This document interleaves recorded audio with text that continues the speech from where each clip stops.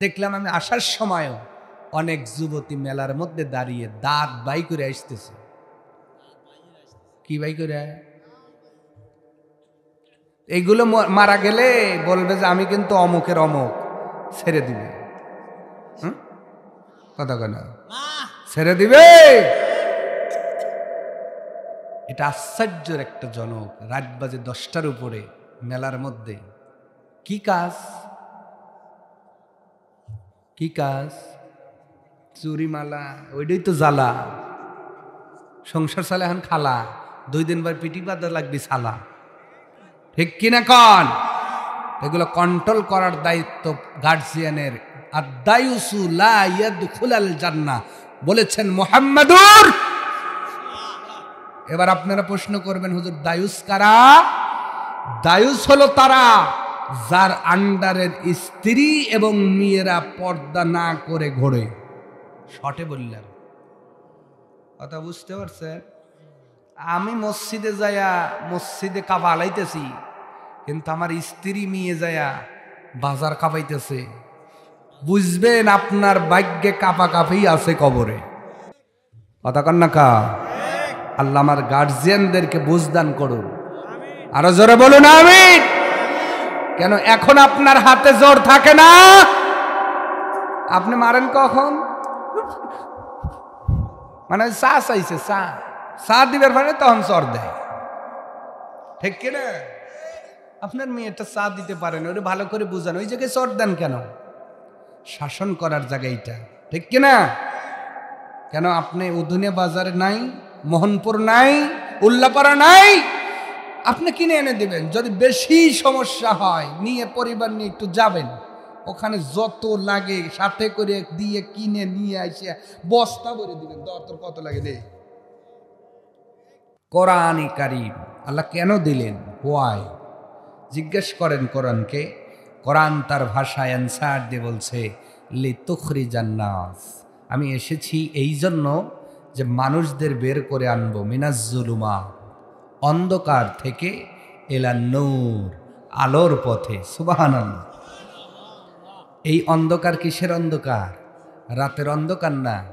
এই অন্ধকার হলো সুদ, ঘুষ, আইল ঠেলা, মিথ্যা বলা, ওজনে কম দেওয়া, খাদ্যে ভেজাল দেওয়া, বাইরের জমি কেড়ে নেওয়া, বোনের জমি ফাঁকি দেওয়া, যৌতুক খাওয়া, আর যৌতুক খাওয়ার পরে দৌত্তুর না দেওয়া। কথা কেন? এইগুলো হলো অন্ধকার। আর কোরআন আপনাকে এই অন্ধকার থেকে ফিরে আনবে ইনশাআল্লাহ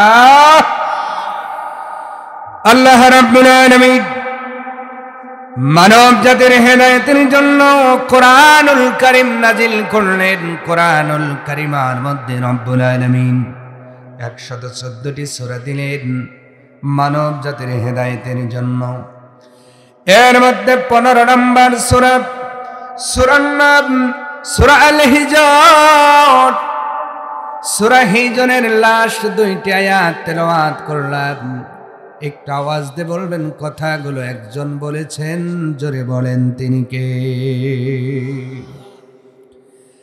এই কথার মধ্যে দুনিয়ার কোন মানুষের কথার সংমিশ্রণ নাই। এই কথাগুলোর মধ্যে কোনো ভেজাল নাই। কথাগুলোর মধ্যে কোনো প্রকার বাটপাড়ি নাই, 2 নম্বরে নাই, কোনো সন্দেহ নাই। রব্বুল আলামিনের এই কালামুল্লাহর ভিতর থেকে 2টি আয়াতের টুকরা পড়া হলো। রব্বুল আলামিন বলছেন, ফাসাব্বিহ বিহামদি রাব্বিকা ওয়া কুম মিনাস সাজিদিন।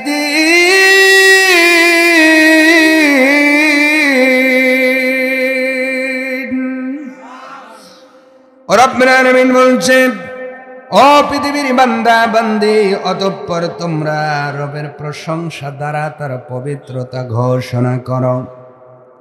কার পবিত্রতা? আস্তে বলবেন না, জোরে বলুন, কার পবিত্রতা? রব্বুল আলামিন বলছেন, বান্দা বান্দি, আমার পবিত্রতা প্রকাশের মাধ্যম দিয়া আমার মহিমা তোমরা বর্ণনা করো। কারণ আল্লাহ পাকের মহিমা বলে শেষ করা যাবে না। তার বাস্তব প্রমাণ পৃথিবীর কোথাও দেখতে যাওয়া লাগবে না। আপনি যদি আয়নার সামনে দাঁড়িয়ে আপনার মাথা থেকে পা পর্যন্ত আয়নার সামনে দেখেন আর ভাবেন, পৃথিবীর অন্য কোনো জায়গায় মহিমা খুঁজতে যাওয়া লাগবে না। পুরা দেহের মধ্যেই রব্বুল আলামিন হাজারো মহিমা ফিট করে দিয়েছে। সুবহানাল্লাহ। আপনার আমার বডির ভিতরে মহিমা দিয়ে সাজিয়ে দিয়েছেন কে? আস্তে বলবেন না, জোরে বলেন কে?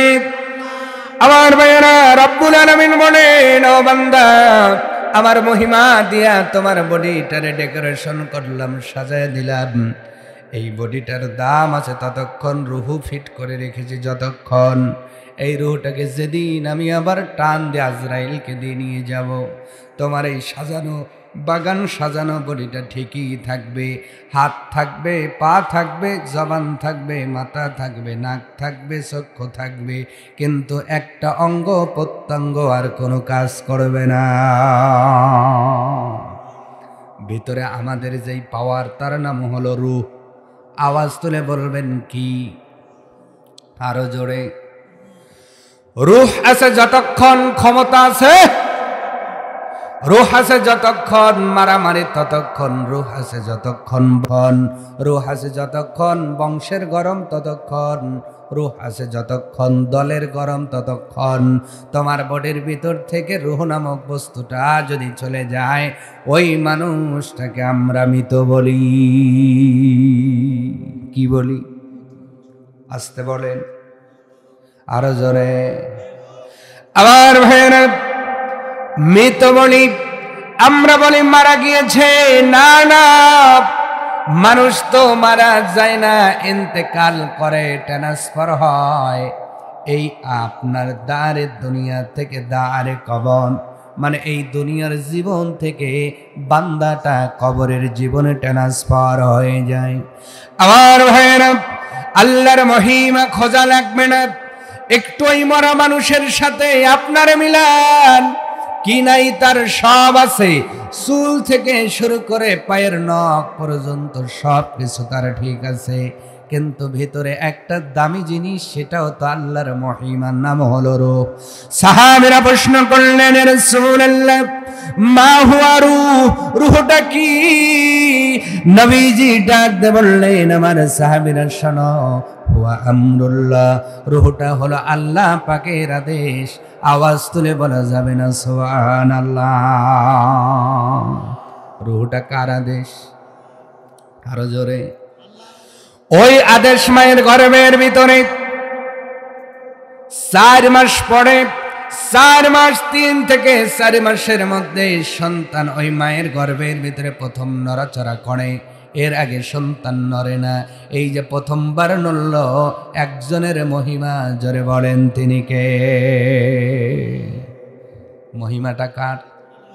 এই জন্য আল্লাহ পাক বলছেন, পবিত্রতার সহকারে তার মহিমা বর্ণনা করো, ওয়া কৃতজ্ঞ হয়ে যায় না ও বান্দা বান্দি। দুনিয়ায় এই দামি মাথা নামক এই জিনিসটা তোমার নেতা দেয় নাই, মাও দেয় নাই, বাবাও দেয় নাই। অতএব যে বলল আয় রে, তারই সাথে যাই রে, দেখাশোনা নাই রে, বোঝাশোনা নাই রে, এইভাবে জীবন চালানো যাবে না। যেই আল্লাহ সব কিছু দিয়েছেন, আল্লাহ দেওয়া বিধান অনুযায়ী সেই বডিটাকে পরিচালনা করবার দরকার আছে না নাই? মহিমাটা কার? 4 মাস পরে মায়ের গর্ভের ভিতরে রূহটাকে ফুঁকে দেওয়া হলো। রব্বুল আলামিন বলেন, ও বান্দা বান্দি, ফি করারিম মাকিন,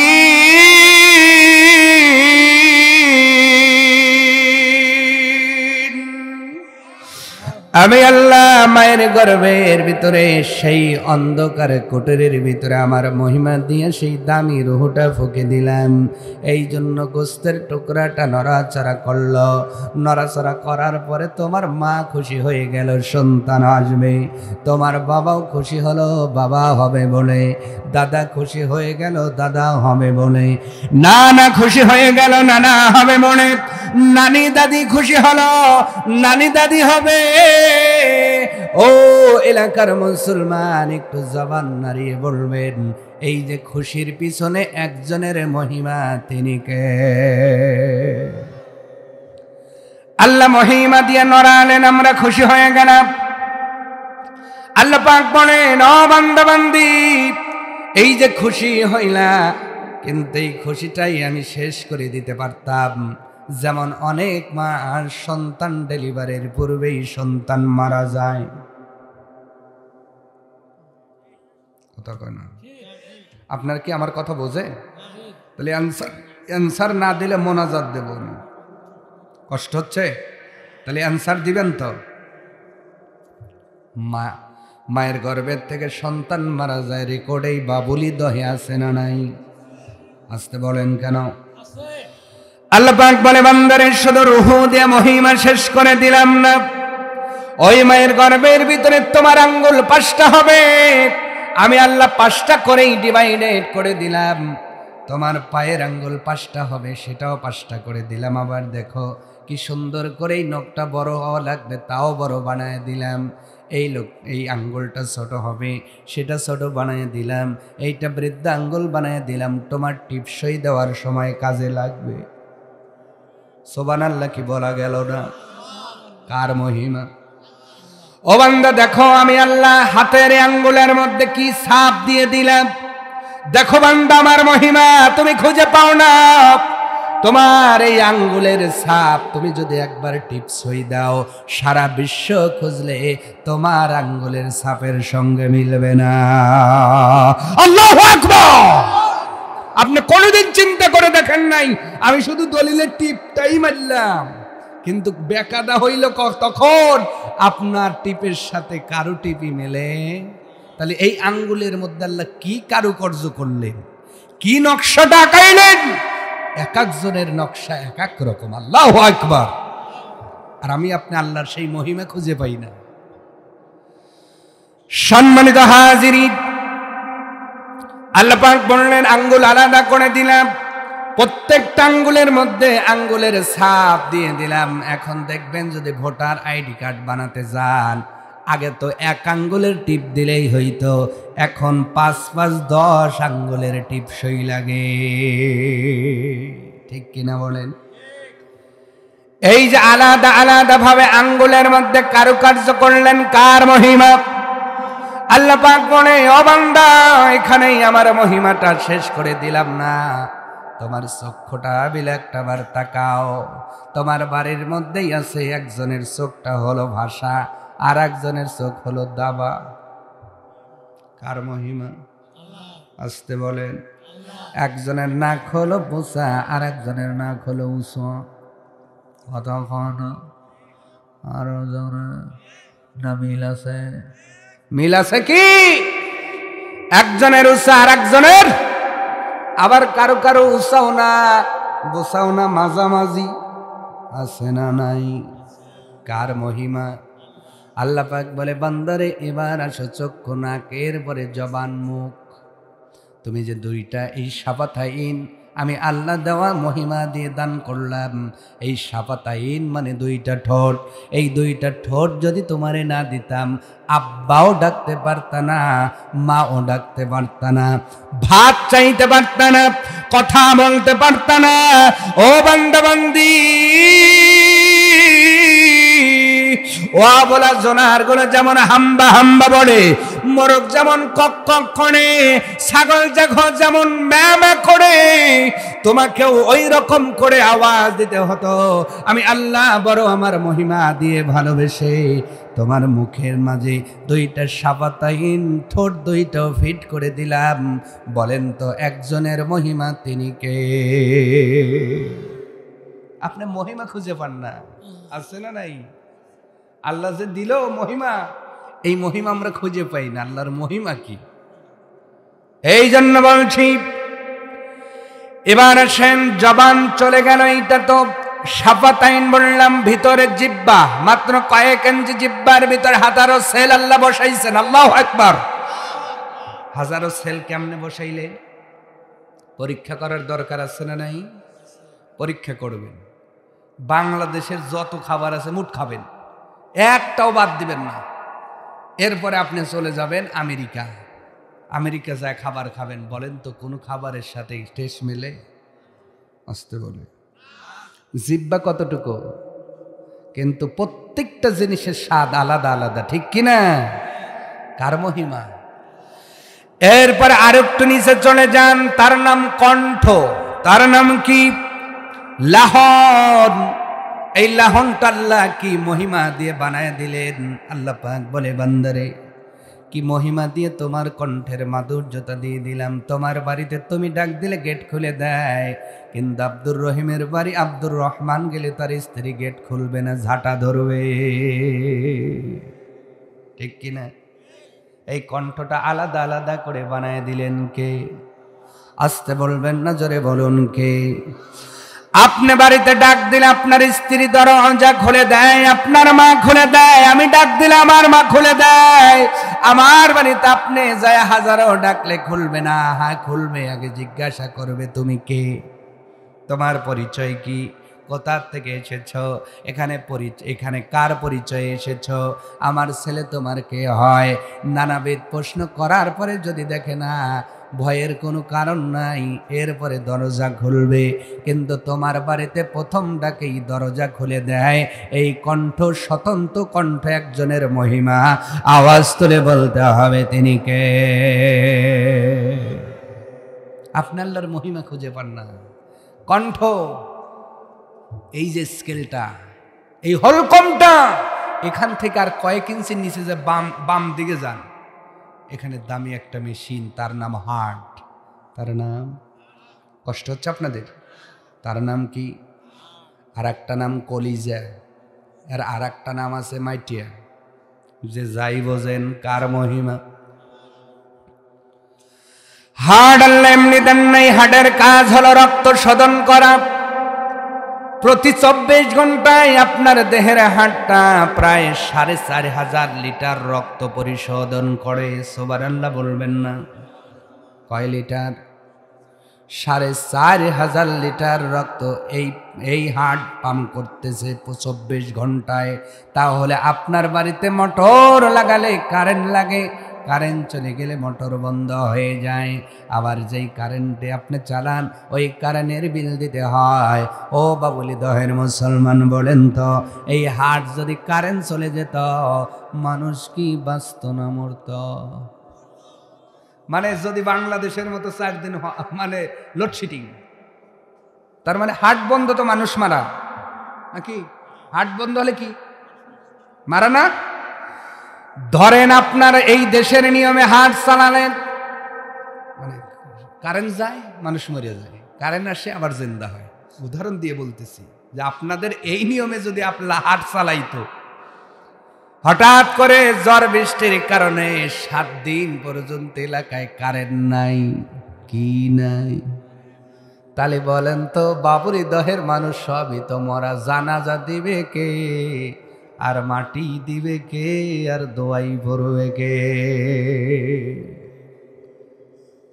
অতএব আল্লাহ বলে, লোডশেডিং এর ব্যবস্থা করি নাই রে বান্দা, আমি আমার মহিমা দিয়ে অটো মোটর লাগিয়ে দিয়েছি। আল্লাহু আকবার বলে। কার মহিমা বলুন? আপনি সেই মহিমা খুঁজে পান না। আরেকটু সাইডে, এই সাইডে এসে তাকান, এখানে আসে ফুসফুস, যেটা অক্সিজেন শোধন করে। সুবহানাল্লাহ। এইভাবে বলতে গেলে পা পর্যন্ত গেলে আপনারা হয়তো রাগ করবেন, আমি ওই দিকে না যাই। তবে মহিমা একজনের প্রকাশ করতে হবে, জোরে বলতে হবে জাতির লোকেরা, তিনি কে? সুবহানাল্লাহ ওয়ালহামদুলিল্লাহ লা ইলাহা। আওয়াজ হচ্ছে না কিন্তু। আল্লাহর মহিমার স্লোগান দিতে আপনারা রাজি না? সকলেই সুবহানাল্লাহ ওয়ালহামদুলিল্লাহ লা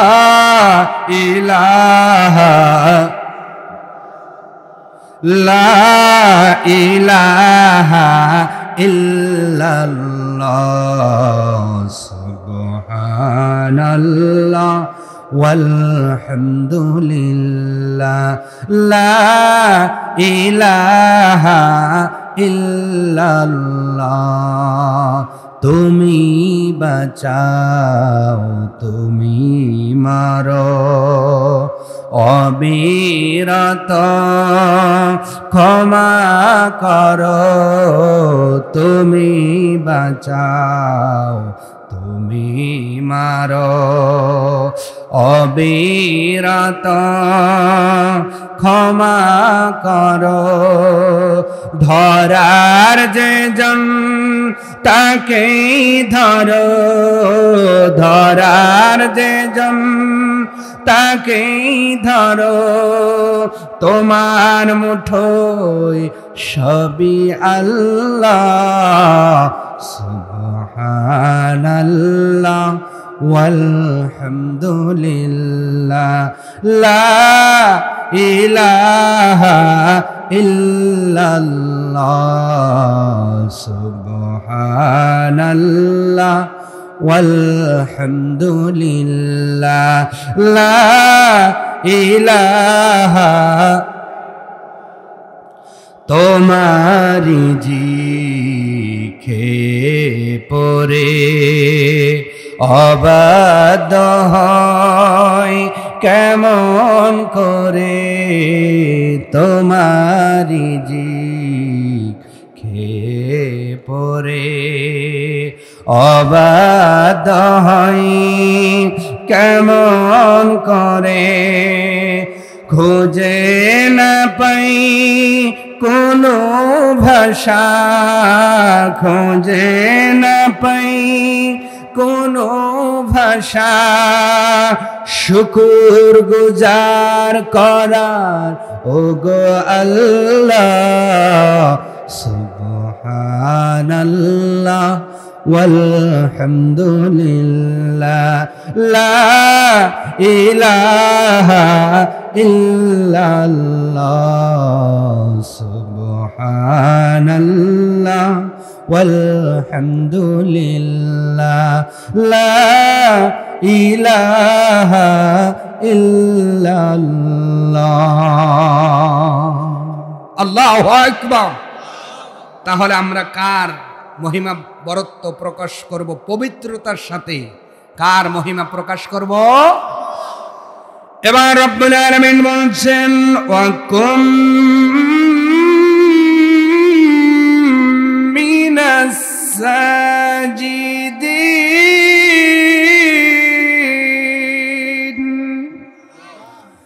ও বান্দা, আমার মহিমা যখন প্রকাশ করলা এরপরে তোমরা সেজদাকারীদের সাথে সেজদারত হয়ে যাও।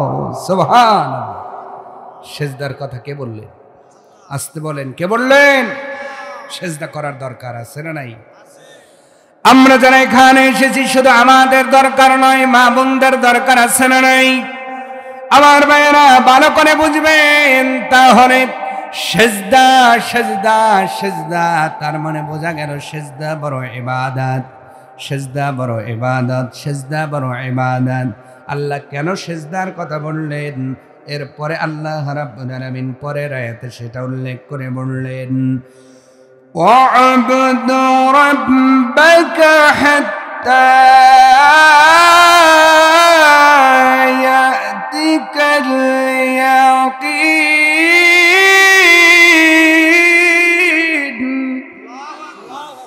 রব্বুল আলামিন পূর্বের আয়াতে সেজদার কথা বললেন, আর পরে আয়াতে বলছেন ওয়া'বুদ রাব্বাক, তোমার রবের ইবাদত করো, দাসত্ব করো, গোলামি করো। কত সময় পর্যন্ত?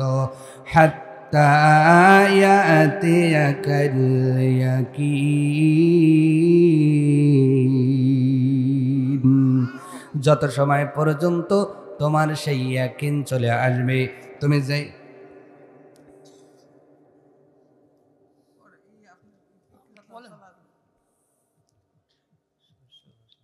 কষ্ট হচ্ছে কি না? আমার ভাইয়েরা, রব্বুল আলামিন বলছেন আগের আয়াতে, পূর্বের আয়াতে বললেন সেজদাকারীদের সাথে সেজদা করো, পরের আয়াতে বলছেন অবুদ রব্বাক, তোমার রবের ইবাদত করো। তাহলে এই যে নিয়ামত মহিমার কথা জানালাম, দিলেন কে বলেন তো? আসতে বলেন কেন? এখানে আবার কারো শেয়ার নাই তো, ভাগ নাই তো? একটু জোরে বলেন, দিলেন কে? আল্লাহ পাক আমাদের দান করলেন। আবার আল্লাহ পাক ইবাদতের কথা বললেন, কারণ আমাকে আপনাকে বানানোর পিছনে বড় একটি উদ্দেশ্যটাই হলো ইবাদতের জন্য আল্লাহ বানিয়েছেন। ওমা খালাকাতুল জিন্না ওয়াল ইনসা ইল্লা লিয়াবুদুন। আল্লাহ রাব্বুল আলামিন বলছেন, বান্দারে যত সময় দুনিয়াতে আছো তত সময় ইবাদতের ক্ষমতা, কবরে যাওয়ার পরে হাত্তা ইয়াতিয়াকাল ইয়াকিন, সেই দিন আসা পর্যন্ত তোমাদের ইবাদত করার সুযোগ আছে। আজরাইল আসার পরে, মরণের পরে আর কোনো ইবাদতের সুযোগ থাকবে না। ঠিক কিনা বলেন? ইবাদতের পরে আপনার ইবাদত করার এইটাই সময়। আজরাইল আসলে আর ইবাদত করা যাবে না। ও এলাকার মানুষেরা ভালো করে বোঝেন, মরণ থেকে পালানো যাবে না, মরণ থেকে বাঁচা যাবে না। ইয়াকিন শব্দের অর্থে অনেক মুফাসসির সেই মৃত্যুকে বুঝিয়েছেন। তোমাদের মৃত্যু আসার আগ পর্যন্ত রব্বে কারিম ইবাদতের মধ্যে সময় কাটাও। তার মানে ইবাদতের মধ্যে সময় পার করতে হবে। একটা সময়ে বসে থাকার কোনো অলস টাইম কাটানোর কোনো সময় নাই। বলেন তো, একটা মানুষ যদি সাগরের মধ্যে ছোট্ট একটা নৌকার মধ্যে যদি থাকে, ওই মানুষটাও কি নামাজটা আল্লাহ ছাড় দিয়েছেন নাকি? আসতে বলবেন না, জোরে বলেন। আর একটা মানুষ মরুভূমির মধ্যে আটকে গিয়েছে, কোথাও কোনো বাড়ি ঘর নাই, ওই সময় কি আল্লাহ তাকে নামাজ ছেড়ে দিয়েছেন নাকি? মাফ করে দিয়েছেন নাকি? না না। তার মানে বোঝা গেল, হায়াতের জিন্দেগিতে যতদিন আমি বেঁচে থাকবো আল্লাহ পাকের ইবাদত করার দরকার আছে না নাই? আল্লাহ পাক ডেকে বলে, বান্দারে কবরে গেলে আর ইবাদত করা যাবে না, যাবে না।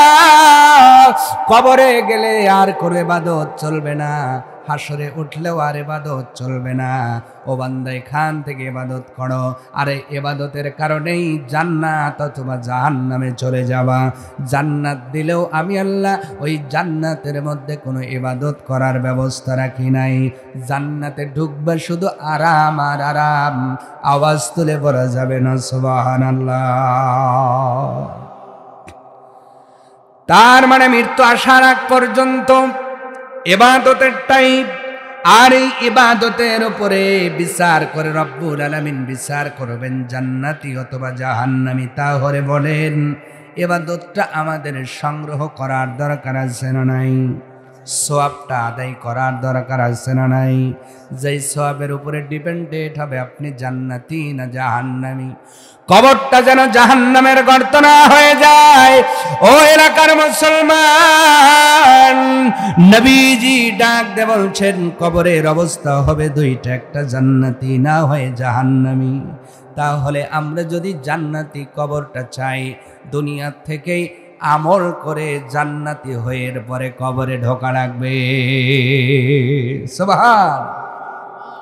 কারণ কবরের মধ্যে ইবাদত করার কোনো সুযোগ, তবে আল্লাহর যারা কাছে কিছু কিছু মানুষের আল্লাহ চাইলে কিছু কিছু মানুষকে কবরেও ইবাদতের সুযোগ করে দেন।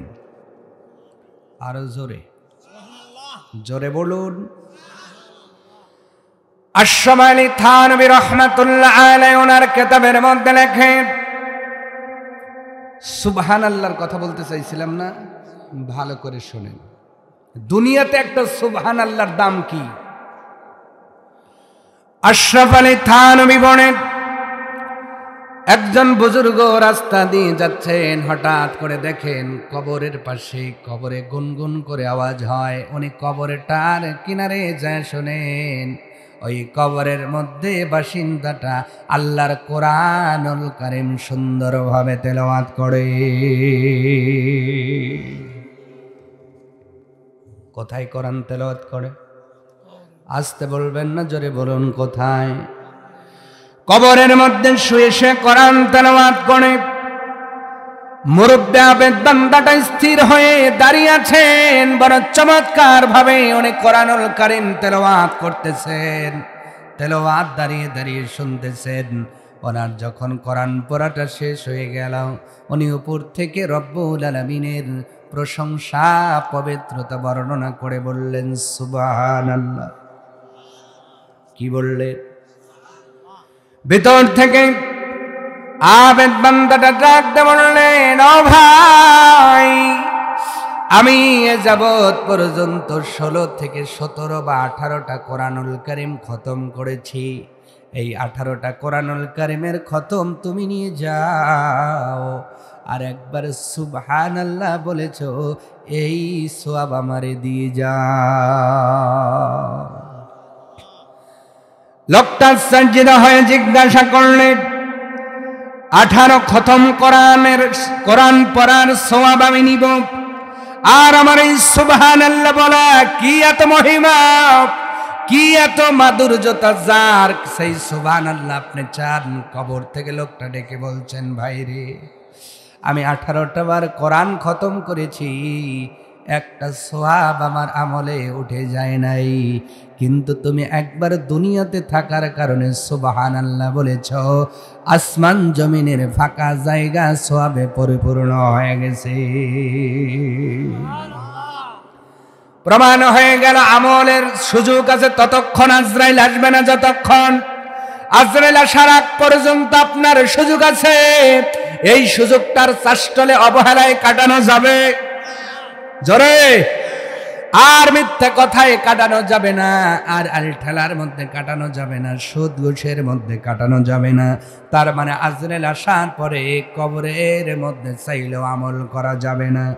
আমার ভাইয়েরা, শুধু তাই নাই, নবীজি মিরাজ থেকে আসার পরে কবরস্থানের পাশ দিয়ে যাচ্ছেন, এমন একটা কবরস্থান যেখানে দেখছেন সাইয়েদনা মূসা আলাইহিস সালাম।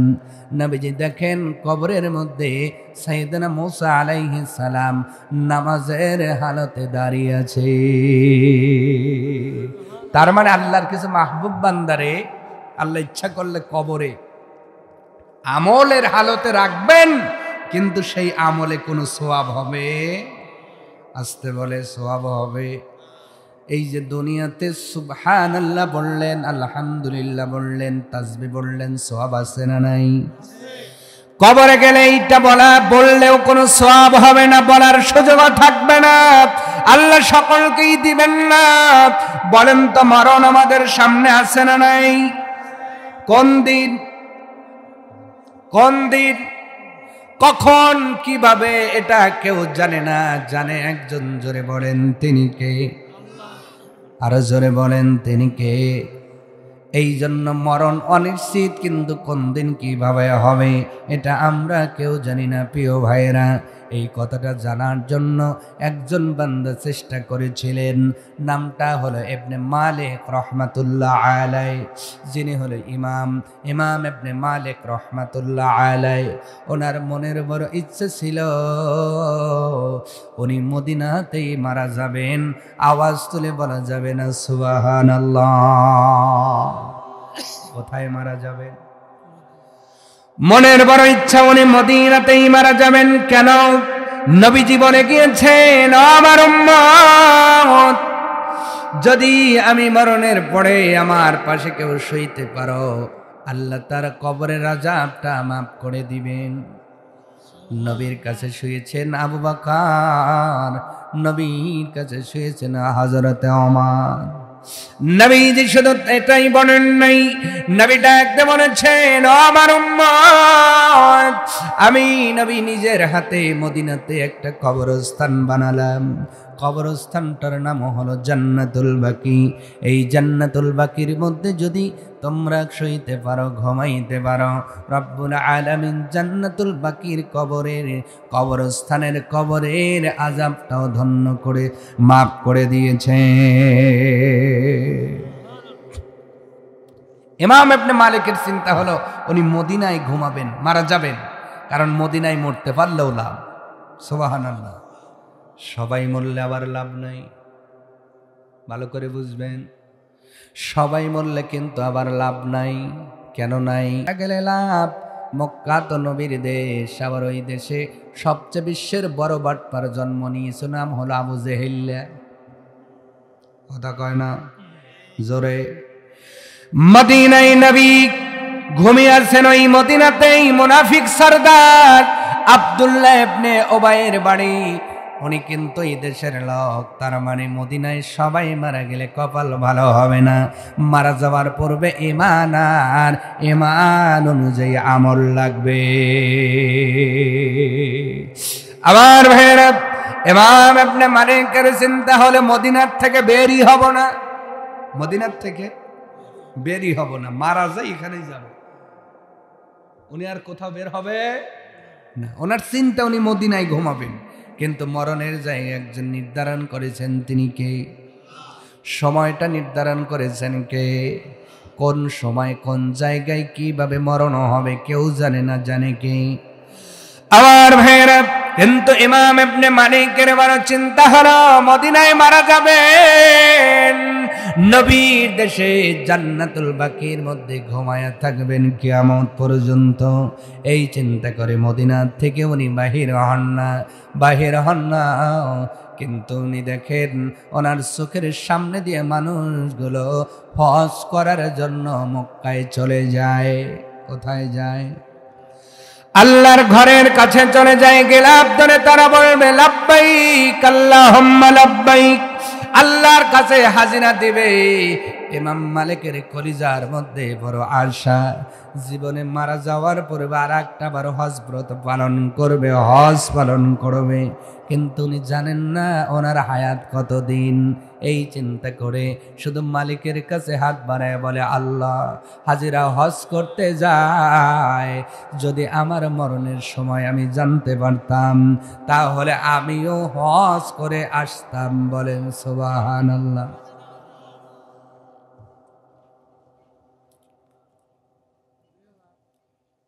কি? আমার মরণের সময় যদি আমি জানতাম তাহলে কতদিন, এই দিনটা শুধু যদি জানতাম তাহলে হজটা করে আবার আসতাম। নামাজ পড়ে পড়ে মালিকের কাছে দোয়া করেন, কিন্তু আল্লাহ পাক ঘোষণা করে দিয়েছেন, বান্দারে, ও বান্দা বান্দে শোনো, তুমি যদি আমারে ডাকো আমি আল্লাহ জবাব দেই। কার কথা? আস্তে বলবেন না, জোরে বলুন, কার কথা? আমার ভাইয়েরা, ইমাম ইবনে মালিক ডাকা শুরু করলেন। ডাকতে ডাকতে একদিন ইশার নামাজ পড়ে ওরে যখন ঘুমের ঘরে চলে গিয়েছেন, নবীজি রাহমাতুল লিল আলামিন স্বপ্নে জগে এসে শুধু 5টা আঙ্গুল দেখায় চলে গিয়েছেন। আওয়াজ তুলে বলুন সুবহানাল্লাহ। কয়টা আঙ্গুল? 5টা আঙ্গুলে এইভাবে দেখালেন, চলে গেলেন, কোনো কথা বললেন না। ঘুমটা ভেঙে গেল ইমাম ইবনে মালিক রাহমাতুল্লাহ আলাইহি। ওনার সময় একজন বড় স্বপ্নের তাবির কারক ছিল, তার নাম হলো ইবনে শিরিন রাহমাতুল্লাহ আলাইহি। উনি স্বপ্নের ব্যাখ্যা বড় সুন্দর বলে দিতে পারতেন। ঘুম ভেঙে যাওয়ার পরে, ফজরের নামাজ আদায় করার পরে ইমাম ইবনে মালিক মনে মনে চিন্তা করতে লাগলেন, আহারে, আমি মক্কায় যাব হজ করতে, হায়াত কতদিন এইটা জানার জন্য আল্লাহর কাছে দোয়া করে। আর নবীজি স্বপ্নের ভেতরে এসে 5টা আঙ্গুল দেখাইল। এইটা কি 5 দিন নাকি 5 মাস নাকি 5 বছর? এইটা তো নবী কিছুই বললেন না। তাহলে ইবনে শিরিনের কাছে যাওয়ার দরকার আছে না নাই? ইমাম ইবনে মালিক উনি গেলেন না। ওনার বাড়ির রাখালকে ডাকতে বললেন, ও ভৃত্য, যাও ইবনে শিরিনের কাছে চলে যাও। যাওয়ার পরে তুমি আমার নাম নেবা না, শুধু বলবা একজন এই স্বপ্ন দেখেছে, স্বপ্নের ব্যাখ্যাটা বলে দেন। ওনার ভৃত্য চাকর চলে গেলেন, যাওয়ার পরে ডাক দিলেন, ও ইবনে শিরিন, গত রাত্রিতে আল্লাহর একজন বান্দা স্বপ্নে দেখেছে। স্বপ্নটা হলো নবীজি স্বপ্নের ভিতরে এসে 5টা আঙ্গুল দেখায় চলে গিয়েছেন। এই ব্যাখ্যা কি হবে? এইটা শোনার পরে ইবনে শিরিন বলছে, আরে ভক্ত, আমি বুঝেছি পৃথিবীতে এমন স্বপ্ন কেউ দেখতে পারে না, আল্লাহর মাহবুব বান্দা ছাড়া কেউ দেখবে না।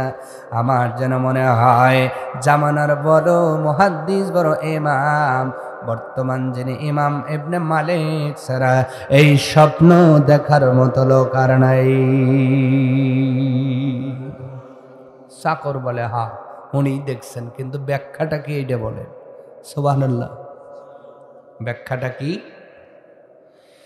এইটা বলেন। এবার ইবনে শিরিন ডাক দিয়ে বলছেন, ও ইবনে মালিকের চাকর, তুমি শোনো,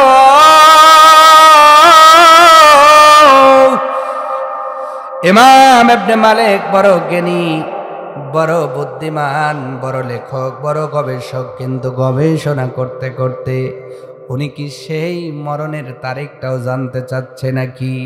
নবীজি স্বপ্ন যোগে এসে ইমাম ইবনে মালিককে 5টা আঙ্গুল দেখাইয়া সূরা লোকমানের আপনার 34 নম্বর আয়াতের কথা স্মরণ করায়া দিছে।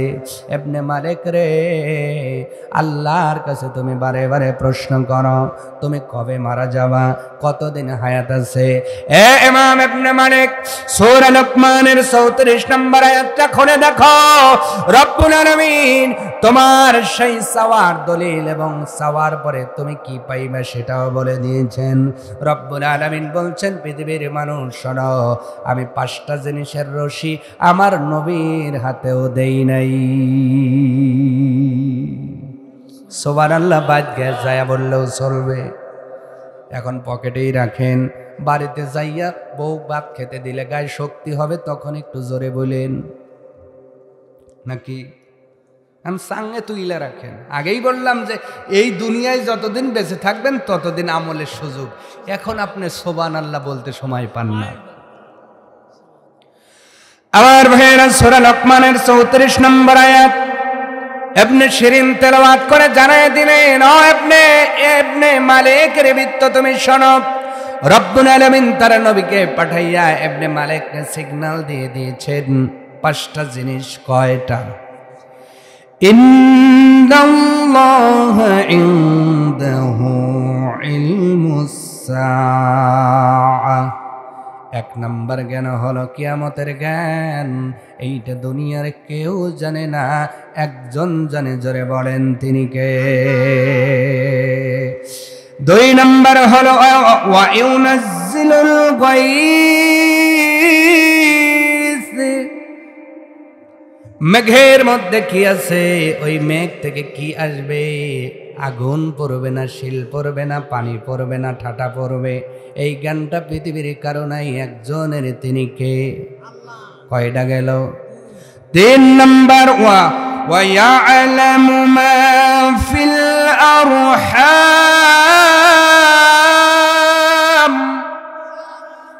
3 নম্বর মায়ের রেহেমের ভিতরে কি আছে, এইটা পৃথিবীর কেউ জানে না, একজন জানে, তিনি কে? এইবার এখানে আপনারা হয়তো লোকমা দিয়ে বলবেন, হুজুর না, আমরা আল্ট্রাসোনোগ্রাফি করে ডাক্তাররা বলে দিয়েছে ছেলে হবে। হ্যাঁ, এইটা আপনার 6 মাসের আগে বলতে পারে না, 3 মাসে নিয়ে যান তো। কয় মাসে?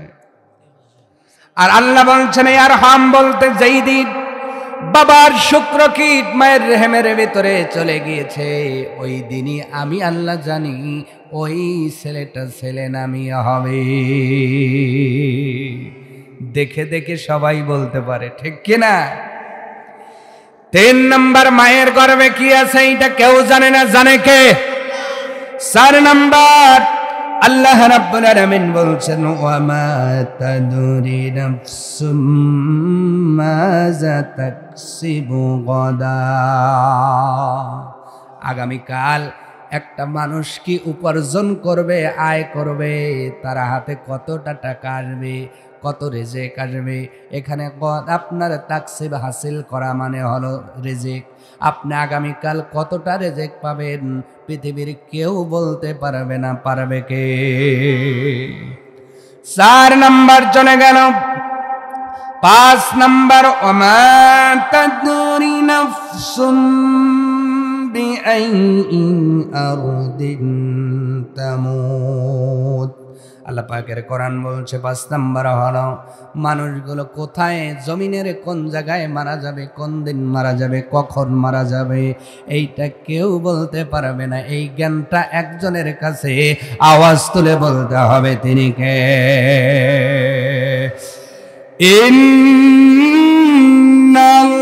ইন্নাল্লাহা আলিমুন খাবীর।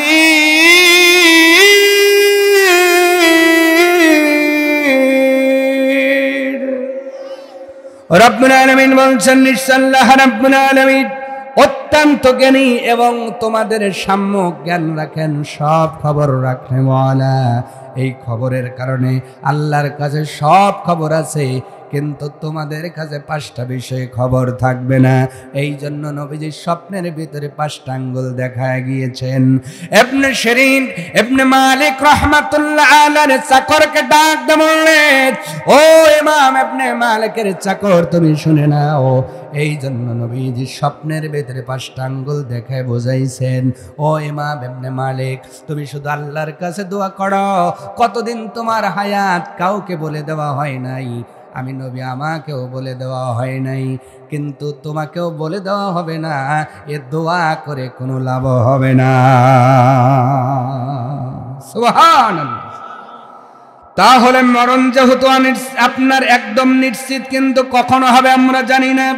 এই জন্য আল্লাহ রাব্বুল আলামিন বলছেন, ওয়া'বুদ রাব্বাকা হাত্তা ইয়াতিয়াকাল ইয়াকিন। রবের ইবাদত করো তত সময় পর্যন্ত যত সময় তোমার সেই বিশ্বাসটা চলে না আসে। এই বিশ্বাস মানে হলো মরণ, মরণ, মরণ।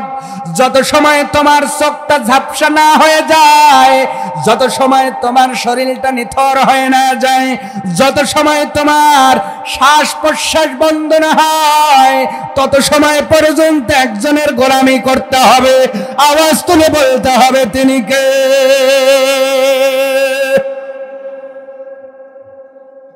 তাহলে যত সময় শ্বাস প্রশ্বাস চলবে আল্লাহর ইবাদত করতে হবে। কার কথা? কিন্তু আমরা ইবাদত করি, কিন্তু নামাজ শেষে আইল যেই সাইড ফের যাই, ওই যে মাঝে মাঝে বলি কমন কথা, রাগ করবেন, আইল ঠেইলে আদাত, এটা কি আল্লাহর ইবাদত না?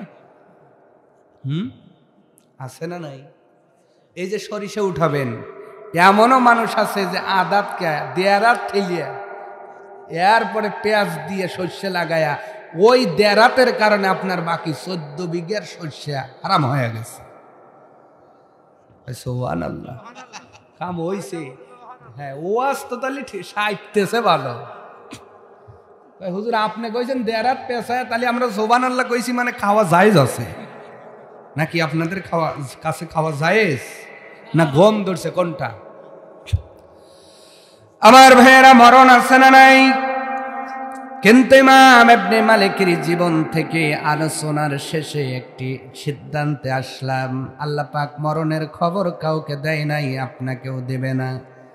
আজকে আমি আপনি এই জায়গায় আগামী কল্ল কবরের মধ্যে থাকতে পারি কি পারি না? ঠিক কিনা? পারি তো? এই সময়টা আসার পূর্বে আমাদের আমলের ঝুড়িটা ভারী করার দরকার আছে না নাই? আসতে বলবেন না, জোরে বলুন, আছে না নাই? সম্মানিত ভাইরা, সম্মানিতা মা বোনেরা, আমার সন্নিকষ্ট ভাই ও বাবাজিরা, এখন উঠতেছেন কেন?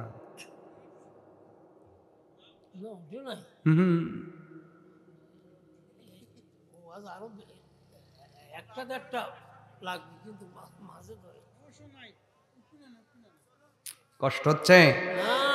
আগামীকাল কি জুমাবার? জুমা, আপনার জুমার চেয়ে আমার জুমাটা ছোট না বড়? আপনারা 1:30টায় গেলেই চলে, আমারটা 12টায় যাওয়া লাগে। তা আপনার আমার চিন্তা বেশি না কম? আপনাদের 1:30টায় গেলেও চলে, ইমামের কি 1:30টায় গেলে হয় না 12টায় ঢোকা লাগে? তাহলে কমপক্ষে আপনাদের 1 ঘন্টা আগে আমার ঢুকতে হবে। তাহলে চিন্তা আপনাদের চেয়ে আমার বেশি। তো তারপরেও আমি ডিউ টাইমে আপনাদের ছুটি দিব, যেহেতু কালকে জুমাবার আছে এবং আমাদের কিছু দায়িত্ব আছে, ফজরের নামাজ আছে না নাই? প্রিয় ভাইয়েরা, আমি আপনাদের কোরআন থেকেই কথা শোনাতে ছিলাম। তারপরে আজকে কেমন যেন, ওই দিন তো বাগুয়ানে অত রাত্রেতেও মোটামুটি ওর পিছনে কারণ আছে, তেজ ভরে গেছিল, কথা বলতে তো মজাই লাগে, কিন্তু আজকে আসার পর থেকে দেখি একবারে মাঝখানে একবারে মনে হয় যে এই জায়গায় কেউ বসাই যাবে না। তা আপনাদের কি কষ্ট হচ্ছে না রাগ করছেন? আচ্ছা, আমাকে দাওয়াত দেওয়ার কারণে রাগ করছেন কে কে? হাত দেখান তো। যে হুজুর আমরা চাইছিলাম একটা ভালো মানের বক্তা, কমিটি ভালো বক্তা আনে নাই, এই জন্য আমরা হরতাল দিছি, আমরা জালসাই যাব না। রাগ করছেন কি? আমাকে দাওয়াত দেওয়ার কারণে রাগ করছেন? তা আসেন না কেন আপনারা? যদি রাগ নাই করেন আসতে হবে, বসতে হবে। কথাগুলো তো আমার বাবার কথা বলছি না, কোরআন এবং হাদিসটাকে সমন্বয় করে আপনাদের কথা শোনাচ্ছি। এই কথাটা যদি ভালো না লাগে, এখানে যে সুবহানাল্লাহ বলেছেন যে কয়বার, আর যারা বলতে পারেন নাই বাড়িতে আছেন, বুঝবেন ওই দিন কবরে যাবেন যেই দিন, যে আপনার সোয়াবের তারতম্য কত। ওই দিন মানুষ বলবে আল্লাহ লাউলা খরতানি ইলা আজালিন করিব, একটু ছুটি দেন আল্লাহ, একটু সুযোগ দেন। এইবার যায় খালি সুবহানাল্লাহ বলবে, কিন্তু আল্লাহ বলবে কোনো সুযোগ? আল্লাহ কাউকে সুযোগ দিছে নাকি? আজ থেকে 50 বছর আগে যারা মারা গেছে, আপনার চেয়ে শক্তি কম ছিল না বেশি ছিল? কত বেশি ছিল? এমনও লোক গেছে যে 12-13 হান বাঘা পিটে গেছে। হ্যাঁ, এই গ্রামে ছিল কেমন লোক। আর এখনকার যুবকেরা ওই ছোট সরার একটা দিলেই আর ওঠে না। তাহলে যেই শরীরে 12টা বাঘা পিটে গেছে, তাহলে বডির খাসা কি আর হলে, যখন ওই খাসায় গোস্ত ধরছে, এই বয়সের এই যুবক ঘরে যদি 5টারে ধরতো, ছুটতে পারবে? তাহলে ওই মানুষগুলো তো কবরে যাওয়ার পরে আর ফিরে আসছে নাকি? তো এখন একটু শরীরে গরম, তো অনেক যুবকের চিন্তা, হুজুর মাটি দিবে, ঠেলা দেবো, উঠে চলে আসবো, তারপরে ফ্রি ফায়ার খেলে আবার ঢুকবো নাকি? এই চিন্তার কারণেই তো আপনি আসতে পারলেন না। আর দেখলাম আমি আসার সময়ও অনেক যুবতী মেলার মধ্যে দাঁড়িয়ে দাঁত বাই করে আসতেছে। কি বাই করে? এইগুলো মারা গেলে বলবে যে আমি কিন্তু অমুকের অমুক, ছেড়ে দিবে। কথা কেন ছেড়ে দিবে? এটা আশ্চর্যের একটা জনক। রাত বাজে 10টার উপরে মেলার মধ্যে কি কাজ? কি কাজ? চুরিমালা, ওইটাই তো জ্বালা। সংসার চালে এখন খালা, 2 দিন পর পিটি বাঁধা লাগবে ছালা, ঠিক কিনা কন? এগুলো কন্ট্রোল করার দায়িত্ব গার্জিয়ানের। আদ-দায়ুসু লা ইয়াদখুলাল জান্নাহ বলেছেন মুহাম্মাদুর। এবার আপনারা প্রশ্ন করবেন, হুজুর দায়ুস কারা? দায়ুস হলো তারা যার আন্ডারের স্ত্রী এবং মেয়েরা পর্দা না করে ঘোরে। শর্টে বললাম, কথা বুঝতে পারছেন? আমি মসজিদে যায়া মসজিদে কাবা আলাইতেছি, কিন্তু আমার স্ত্রী মেয়ে যায়া বাজার কাঁপাইতেছে, বুঝবেন আপনার ভাগ্যে কাপা কাপি আছে কবরে।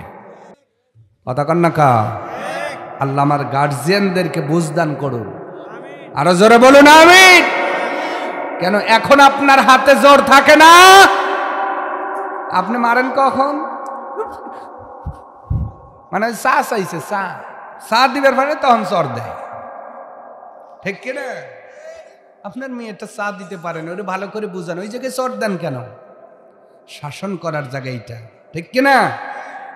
কেন আপনি উধুনে বাজারে নাই, মোহনপুর নাই, উল্লাপাড়া নাই, আপনি কিনে এনে দিবেন। যদি বেশি সমস্যা হয় নিয়ে পরিবার নিয়ে একটু যাবেন, ওখানে যত লাগে সাথে করে দিয়ে কিনে নিয়ে আসে বস্তা ভরে দিবেন। তোর কত লাগে রে? তার 10টায় এই মেলাতেই কেনা লাগবে কেন? তার মানে আন্দার মে কুছ কালা হে। কথা কয় না? কথা কয় না? আমার মা বোনদেরকে আল্লাহ কবুল করুন। আজকে যারা এই শীতের দিনেও বোরকা না পরে 3 পিস পরে, মায়েরা আমি কষ্ট দেওয়ার জন্য বলি নাই, আপনাদের জান্নাতে নেওয়ার জন্য বলছি, 3 পিস পরে এই শীতের দিনেও নিজেকে প্রদর্শনী করতে আজকে যারা বের হয়েছেন, এই মেয়েটা যদি এখন মারা যায় কয়টা কাপড় দিবেন? কয়টা? কেন? যদি আলিম ভাই বলে যে সারা জীবন 3 পিস পরছে, এখন 3 পিসই দেন, আপনি বলবেন কি আলিম কিচ্ছু জানে না, এ খালি আলিমই হইছে, মেয়ে মারা গেলে 5টা দেওয়া লাগে বাপু, বোঝো না? দেও দিয়ে চকলেটের মতো, সারা জীবন 2 পিস আর 3 পিস, মরার পরে 5টা দিয়ে কি আবার পর্দা? কথা বলেন। ফাতেমাতুস, এই ফাতেমার লকবটা বলেন তো। ফাতেমাতুস, জোরে, ফাতেমাতুস, ফাতেমাতুস, যেই মহিলা হবে মেয়েদের জান্নাতের সর্দারিনী, যার খেতাব দেওয়া হয়েছে ফাতেমাতুজ জোহরা। জোহরা মানেই হলো গোপনীয়। সুবহানাল্লাহ।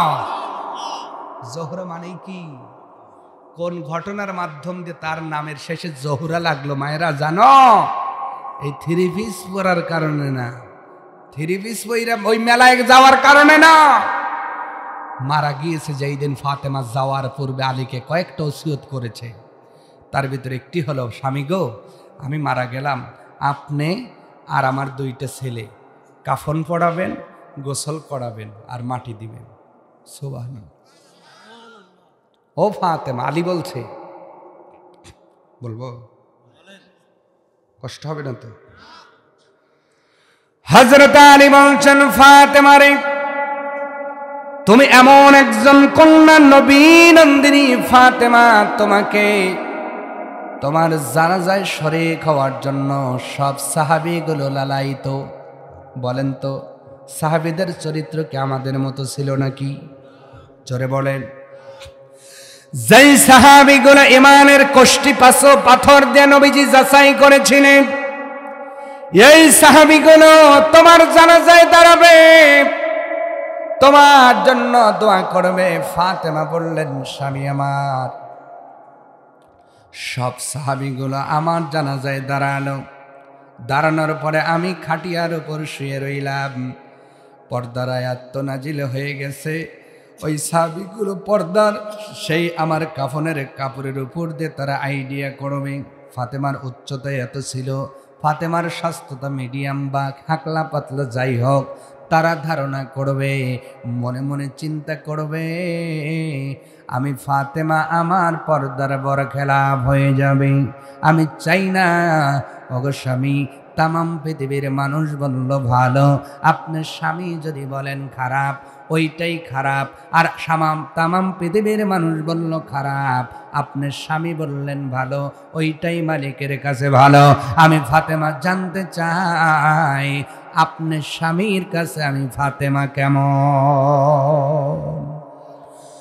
দুনিয়ার শুদ্ধ মানুষের কাছে জিজ্ঞাসা করা লাগবে না আমি ফাতেমা কেমন। ওগো স্বামী, মৃত্যুর সময় হাত ধরে বলতেছি, আপনি বলেন তো আমি কেমন? হযরত আলী বলল, ফাতেমা রে, তোমার মতো কন্যা দুনিয়াতে একটাও হয় না। নবীর বিটি হওয়ার পরেও আমি 3 দিন পর্যন্ত খাবার দিতে পারি নাই, কোনোদিন নবীর কাছে অবজেকশন দাও নাই। ফাতেমা, পরনের কাপড় কোনোদিন নতুনটা হয়তো বছর একটা করে দিতে পারি নাই, সেরা কাপড় পরে ইবাদত করেছ, সন্তান সামলিয়েছ, সংসার সামলিয়েছ। ও ফাতেমা, আমি দেখেছি যেই ফাতেমার জায়নামাজের তল দিয়ে গলিত সোনার নহর বয়ে যায়, ওই ফাতেমা আমার ঘরে এসে চাকরানির মতো ঝিয়ের মতো থেকেছে, এরপরে কোনোদিন টু শব্দ করো নাই। আমি আলী তোমার উপরে বড় খুশি হয়ে গেছি। ফাতেমা বললেন, এটাই আমার জন্য যথেষ্ট, আপনাকে কাউকে বলবেন না।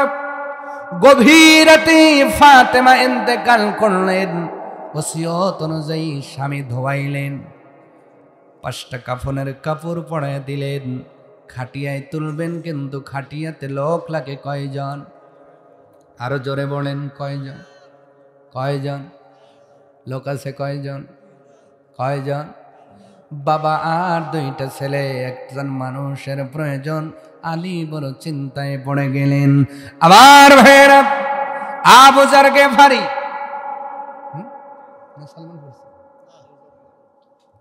আলেম ভালো আছে, মারহাবা খান। আবু যার গেফারি, গেফার গোত্রের সেই লিডার, যিনি ডাকাত থেকে মুসলমান হয়েছিলেন, এই মানুষটা গভীর রাত্রিতে হযরতে আলীর গেটে নক করেছে। হযরত আলী বললেন, কে? বাহির থেকে বলা হলো, আলী, আমি আবু যর গেফারি। কেন এসেছ? বলে, ফাতেমার দাফন কাফন করা হবে, দাফন হবে, ফাতেমার জানাজা হবে, ফাতেমাকে বয়ে নেওয়া লাগবে। ও আবু যর গেফারি, তোমাকে খবর দিল কে? হযরতে আবু যর গেফারি ডাক দে বলে, আলী রে, তোমার কাছে যেই নবী খবর পাঠায়, ওই নবী আমাকে খবর দিয়ে বলছে, এ আবু যর, ফাতেমার সেই আপনার দেহে সেই লাশটা বহন করার জন্য একটা মানুষের বড় প্রয়োজন।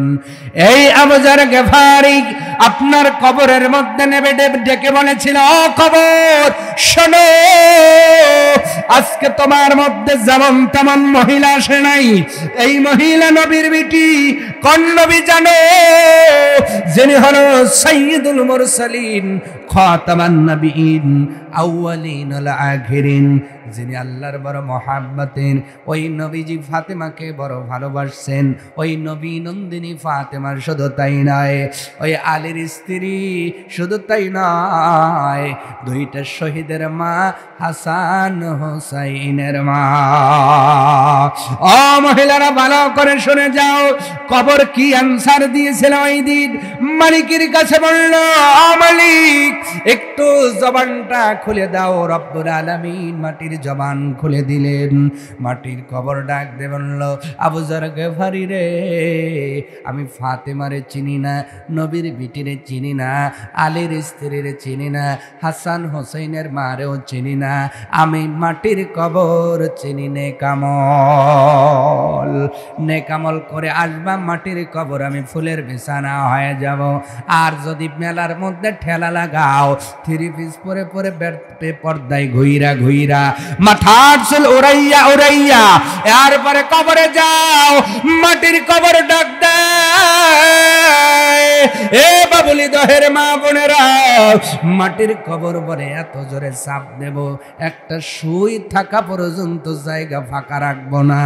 এত জোরে চাপ দেওয়ার কারণে হাড্ডি কুড্ডি সুরমার হয়ে ভেঙে মটকা হয়ে যাবে, আবার শরীর হবে, আবার চাপ দেওয়া হবে। ও মায়েরা, যদি ওই চাপ সহ্য করতে পারো তা হইলে গইরো, আর যদি মনে করো চাপ সহ্য করতে পারবো না, বেপর্দা ছেড়ে পর্দাশীল হওয়া লাগবে। ঠিক কিনা? জহুরা কেন হলো? জহুরা এক পর্যায়ে কবর দেওয়া হলো। কি দেওয়া হলো? কবর দেওয়া হলো ফাতেমাকে। সকালবেলা জানাজানি হয়ে গেল, ফাতেমা বিদায় হয়ে চলে গিয়েছেন, কবর দেওয়া হয়ে গেছে। সাহাবীগুলো ডাক দিয়ে বলল, আলী রে, এই একটা কাজ করলা নাকি? আমরা তো লালায়িত ছিলাম ফাতেমার জানাজায় হাজির হওয়ার জন্য, আমাদের কেন জানানো হলো না? কেন তুমি জানালা না?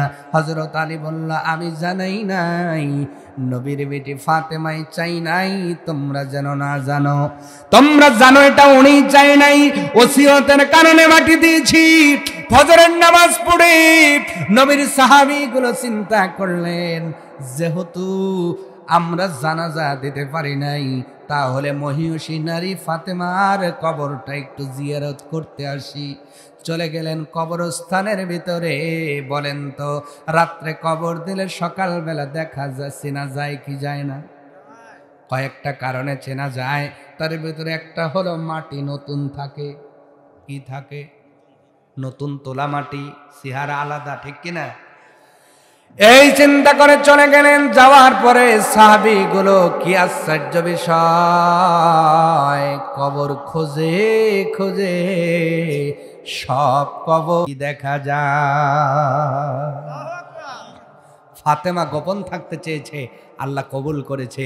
এই জন্য তাকে বলা হলো ফাতেমা তুজ জোহরা, গোপনীয় ফাতেমা। দুনিয়াতে যে পর্দা করেছে, আল্লাহ কবরে নিয়েও পর্দা করেছে। আল্লাহু আকবার। আর ওই ফাতেমার সাথে জান্নাতে যাবে আর টু পিস পরে পরে, অত সহজ না, ঠিক কিনা? রাগ করলে আল্লাহ আমার এলাকার মা বোনদের কবুল করুন, সকলে বলে না আমি। আমার ভাইয়েরা, দীর্ঘ সময় কথা বললাম, ফাঁকি দিছি? ফাঁকি দিছি? আরো একটু বলেন না, 12টার মধ্যে শেষ করতে হবে, সামনে নামাজ আছে। বেশি ফাঁকি দিছি নাকি? অনেকে আবার বললো তাহলে কি কম ফাঁকি দিলে? না, ফাঁকি আমি দেই না, কারণ যে কারণে আনেন ওই কারণে আমি শুরু করি। আমি ভূমিকা কোথাও দেই না। এতে 9টায় উঠি আর 8টায় উঠি আর 12টায় উঠি। ভূমিকা দেওয়া আমার মুখ্য উদ্দেশ্য না, কারণ আমার টার্গেটই হলো কোরআন থেকে আপনাদের কিছু শোনানো, ঠিক কিনা? এই জন্য আমি কোথাও ভূমিকা দেই না, আজও দেই নাই। নাহমাদুহু ওয়া নুসাল্লি আলা রাসূলিহিল কারীম, আম্মাবাদ, নাকি? এইভাবেই তো শুরু করেছি। আল্লাহ এইভাবেই যেন কোরআনের বাণীগুলো দেশের মধ্যে প্রচার করার তৌফিক দান করেন, সকলে বলেন আমিন। আরো জোরে বলেন আমিন। তাহলে আমরা মরণ চাই, মহিলাদের বলছি, ফাতেমার মতো না আবু লাহাবের স্ত্রীর মতো? মহিলারা কোনটা চান একটু মনে মনে বলেন, ফাতেমার মতো না আবু লাহাবের স্ত্রীর মতো? উম্মে জামিল। আল্লাহ ফাতেমার মতো মৃত্যুবরণ করার তৌফিক দান করুন। এবার আপনারা বলেন, ওই যে ইয়াকিন আসবে, হাত্তা ইয়াতিয়াকাল ইয়াকিন, ওই ইয়াকিন আসার পূর্বে কি হতে চান, আবু বকর না আবু জেহেল? আসতে বলে তাও আর মনে খায় আসে নাই। এই মানুষকে আমি ধরা দেন চেয়ারম্যানের ক্যানভাসে দেন, দেখেন কি জোরে মোহনপুর পাওয়া দিবি গো, তখন হয়ে যাবি কম। কলো ভাই এই যে রাত জাগেন ক্যানভাস করেন, গম ধরে না? কলো গম এখন কম, গম এখন। আর যেই জালসায় আসি তখন ব্যাটারি বসা বসা। কি বলবেন, আবু বকর না আবু জেহেল? তাহলে আমরা আবু জেহেলের মতো মরতে চাই, উতবা সাইবার মতো মরতে চাই, মুনাফিক আব্দুল্লাহ ইবনে উবাইয়ের মতো মরণ চাই, এবং আমরা দুর্ঘটনাতেও মরতে চাই, কারেন্টে ধরেও মরতে চাই, আগুনে পুড়েও মরতে চাই। আল্লাহ পাক এইরকম মরণ যেন আমাদের না দেয়, সকলে বলুন আমিন। আরো জোরে বলুন আমিন। এমন মরণ মওলা তুমি কাউকে দিও না, এমন মরণ মওলা তুমি কাউকে দিও না। গোনা থেকে তোমার কাছে চাইতেছি পানা, সকল গোনা থেকে তোমার কাছে চাইতেছি পানা। এমন মরণ মওলা তুমি কাউকে দিও না, এমন মরণ মওলা তুমি। যে মরণ আসার আগেই ছাড়তে হবে ঘর, মরণের শুনলে কথা আপনরা হয় পর। যে মরণ আসার আগেও চিকিৎসাও নাই, রেখে আমায় জেলখানাতে সব যাবে পালায়। শেষ দেখাটা মা বাবা সন্তানেও দেখে না, শেষ দেখাটা মা বাবা সন্তানেও দেখে না, এমন মরণ মওলা তুমি কাউকে দিও না, এমন মরণ মওলা তুমি কাউকে দিও না। যে মরণ লাশ হলে কেউ চায় না গোসল দিতে, আসে না ছেলে বাবার কফিন কাঁধে নিতে, জানাজা দাফন কাফন ভাগ্যে যদিও হয়, মানবতার ফেরিওয়ালা সেথায় অসহায়।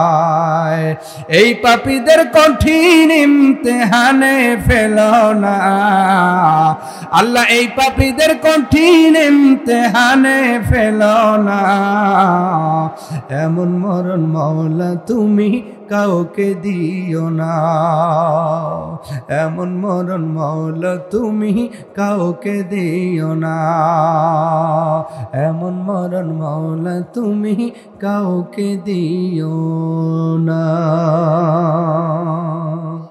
সকলেই বলুন আল্লাহুম্মা আমিন। আর একটু জোরে বলুন আমিন। আমরা চাইলাম আল্লাহর কাছে কবুল করার মালিককে, যেহেতু মরণের খবর জানি না রে মুসলমান, আগামী কাল কেউ কারেন্টে ধরে মারা যাবে, কেউ অ্যাক্সিডেন্টে মারা যাবে, ভুল বললাম নাকি? কেউ টেনে কেটে, কেউ পানিতে পড়ে। একটাবার অন্তর দিয়ে চিন্তা করো মুসলমান,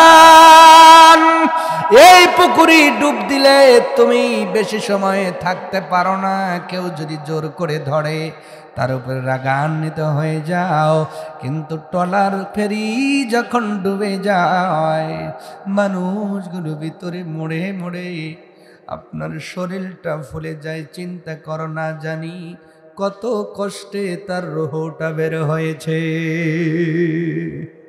ঠিক কিনা? এমন মরণ আমরা চাই না, এর জন্য নেক আমল করার দরকার আছে না নাই? কারা কারা নেক আমল করে কবরে যাবেন দুইটা হাত তুলে আল্লাহরে দেখাবেন, লিল্লাহে তাকবীর। সবাই হাত নামায় বলেন আমিন। এইবার একটু নেক আমলের পরীক্ষা করবো। আসমেলা খনি করলাম অনেকক্ষণ, নেক আমল নগদে আজকে গাড়ে তুলে দেব ইনশা।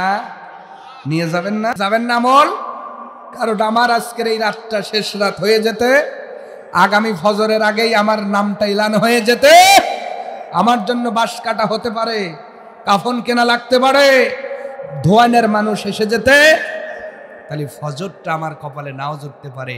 তাহলে বাড়িতে যাওয়ার আগে আপনাদের কাঁধে আজকে নেক আমলের বোঝা দিয়ে দিব ইনশা। নবীর কথা, কোরআনের কথা আগে বলি, কারণ কোরআনের দলিলটা আগে। লান তানালুল বিররা হাত্তা তুনফিকু মিম্মা তুহিব্বুন, এই কথা যারা হাত দেখিয়েছেন এখন যদি উঠিয়ে যান কি হবেন জানেন? কি বলেন তো?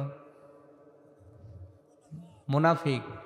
কারণ মুনাফিকের আলামত তিনটা, মুসলিম শরীফে আছে 4টা, তার ভিতরে একটা হলো আত মানে ওয়াদা দিয়া ওয়াদার খেলাপ করা, এর নাম কি? আপনি যাবেন কেন কষ্ট? যদি 1 নাম্বার 2 নাম্বার হয় ভিন্ন কথা, ইচ্ছা করে যদি যাই তাহলে সোয়াবের চেয়ে গুনাহ হইব বেশি। আমরা কি এটা চাই ভাই?